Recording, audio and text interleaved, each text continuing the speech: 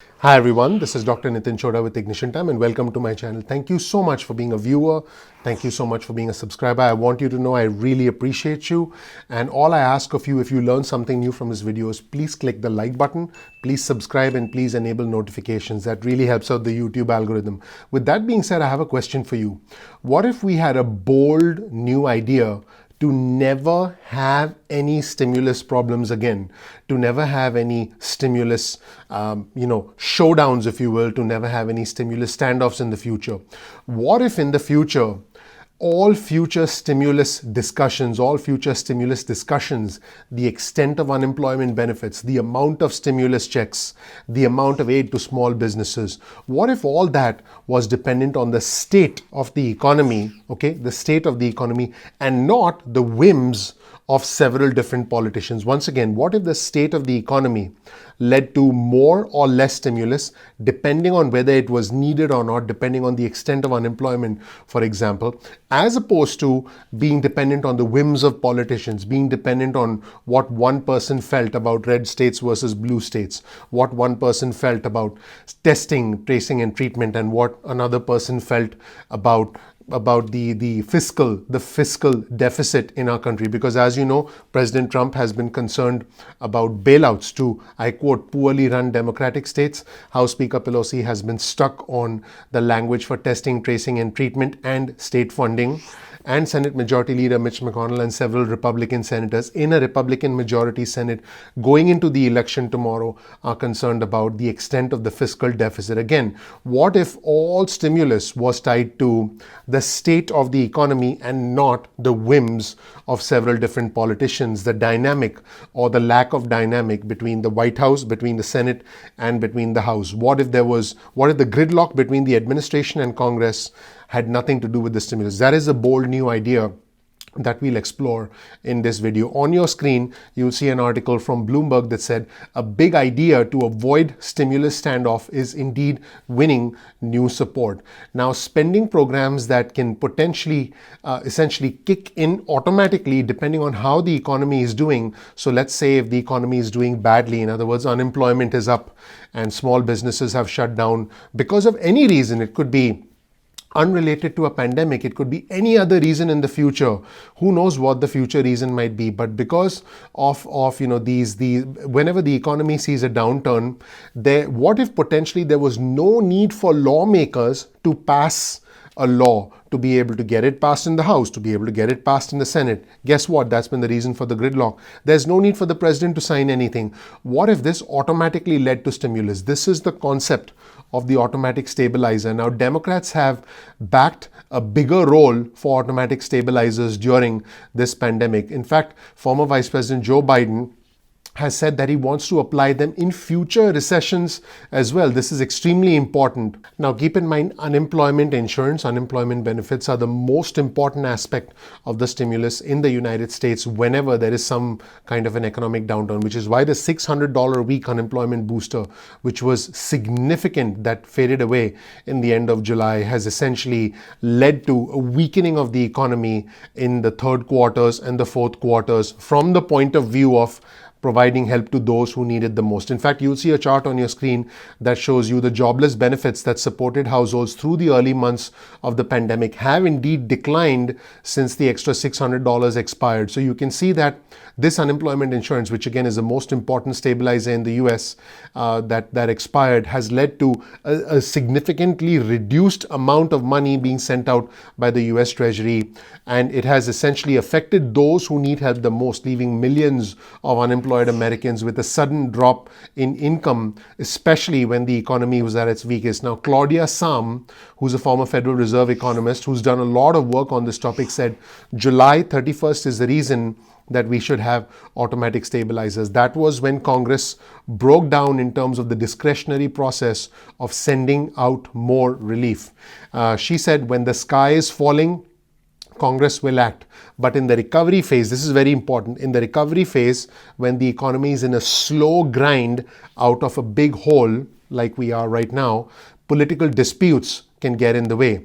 You have House Speaker Nancy Pelosi on one side wanting language on testing, tracing, and treatment, and you have the U.S. Trade Secretary Steve Mnuchin representing the administration on the other side, only willing to give a certain amount up, if you will. And then you have the Senate Majority Leader Mitch McConnell, who basically, didn't want to do a large stimulus period. So this kind of a political gridlock leaves millions of individuals, especially in industries like travel, entertainment, leisure, and hospitality, leaves them unfortunately in the lurch. And so basically, for months, the parties have been bickering, and it seems like automatic stabilizers would be the way to go. One Democratic proposal was to gradually cut the $600 federal booster by $100 at a time and associate it and peg it, if you will, to a decline in unemployment rates. So in other words, if a state had unemployment rates coming back down to where they were pre-pandemic, then the booster would reduce for that state. In fact, take a look at this chart on your screen that shows you how it works.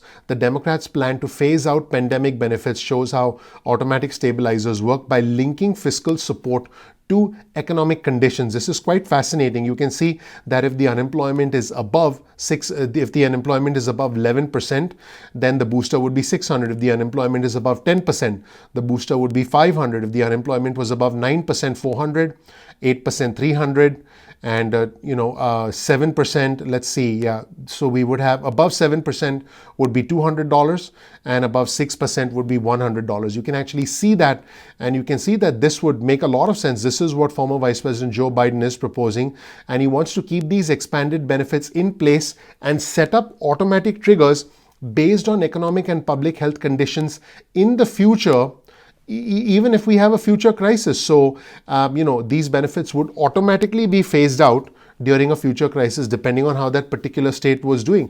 I think this makes a whole lot of sense, and these are the kind of economic stabilizers that we need. And so, this would mean no more dependence on House, no more dependence on the Senate. This would mean that, things would just automatically kick in depending, again, on how the economy was doing. As you can see, if the economy is doing well, the automatic stabilizers would kick in, and it would not be dependent on the whims and fancies of the administration, of the House, and of the Senate. This is indeed a better path going forward. Keep in mind, both parties have been arguing about how the next big stimulus package would be. Automatic stabilizers would completely enable that. They would essentially look at economic metrics and then kick in stabilizers, kick in benefits, and there would be no discussion, there would be no disagreement, there would be no negotiating back and forth, there would be no non-stop, writing of bills and doing daily press conferences.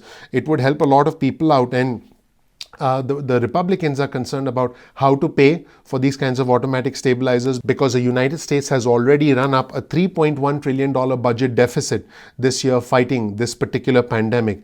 And keep in mind, unemployment insurance programs are run at the state levels, and states at a time when they have less income are expected to pay unemployment benefits, because keep in mind, the $600 a week federal booster or any future federal booster is paid on top of state benefits. So the states have to pay at a time when they're not collecting much money. So states are short of spending power, but they're expected to inject money into the state unemployment system, and then the federal government puts money on top of it. Keep in mind, the federal government, thanks to the Federal Reserve, can essentially generate money if you want at will, can lower interest rates, but states can't just generate money at will. States have to borrow money from the federal government, and a lot of states are indeed borrowing money from the federal government. So basically, states are in debt. I have done another video talking about the severe cash crisis that is indeed being faced by the states. And one of the ways this problem can be resolved, and I have done another video about work sharing programs. I'll talk about work sharing programs in a moment, but I just want to also point out that state payroll taxes are going to have to increase if states are expected to shoulder the burden under the automatic stabilizer program. So this is one disadvantage, if you will, of the automatic stabilizers, that state payroll taxes will increase, which means that workers will have to pay more money out of their paychecks towards state payroll taxes. On your screen, you'll see a comment from Matt Weidinger, who's a fellow at the American Enterprise Institute, and he's focused on safety net policies. He said with the increased demand, state payroll taxes are going to have to rise in the long run. Workers pay the cost of that in terms of lost jobs and lost wages. So, everything has its pros and cons. And the work sharing program is something that former Vice President Joe Biden is indeed supporting. And this is called short-term compensation or work sharing. So what it does is it pays prorated unemployment benefits to individuals whose work hours have been cut. So in other words, if you're an employee, you were working 40 hours a week and you now work 20 hours a week, you will get some unemployment benefits to help replace a majority of your lost wages. Probably not all, but a majority of your lost wages. So this essentially helps companies avoid layoffs and helps keep workers on the payroll, and it makes the federal government data in terms of unemployment also look a little bit better. On your screen you see the German model, and the German model is the model that, so in Germany, if we look at the number of workers on short-term programs, you'll see that in Germany the number of workers in short-term programs was significantly more than the number of individuals on short-term programs in the United States. In fact, there's growing support in the United States for the kind of work share programs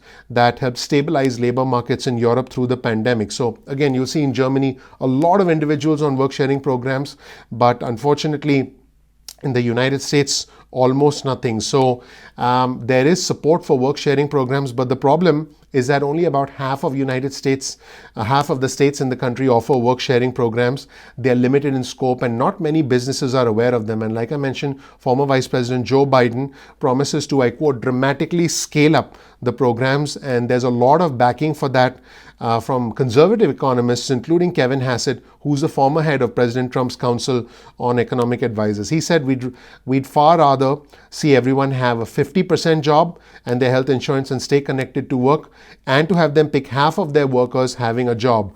And that is something that Rachel Gressler said, and she's a research fellow at the Right-Leaning Heritage Foundation. So as you can see, there is indeed a lot of support for automatic stabilizers. Let me know what you think about the entire concept of automatic stabilizers in the comment section below. You'll find a link to our resources in the description section below. Again, an automatic stabilizer would allow benefits to go up depending on the state of the economy, as you can see, as opposed to the whims of politicians. This could potentially avoid any stimulus standoffs in the future and is a new bold plan for the future.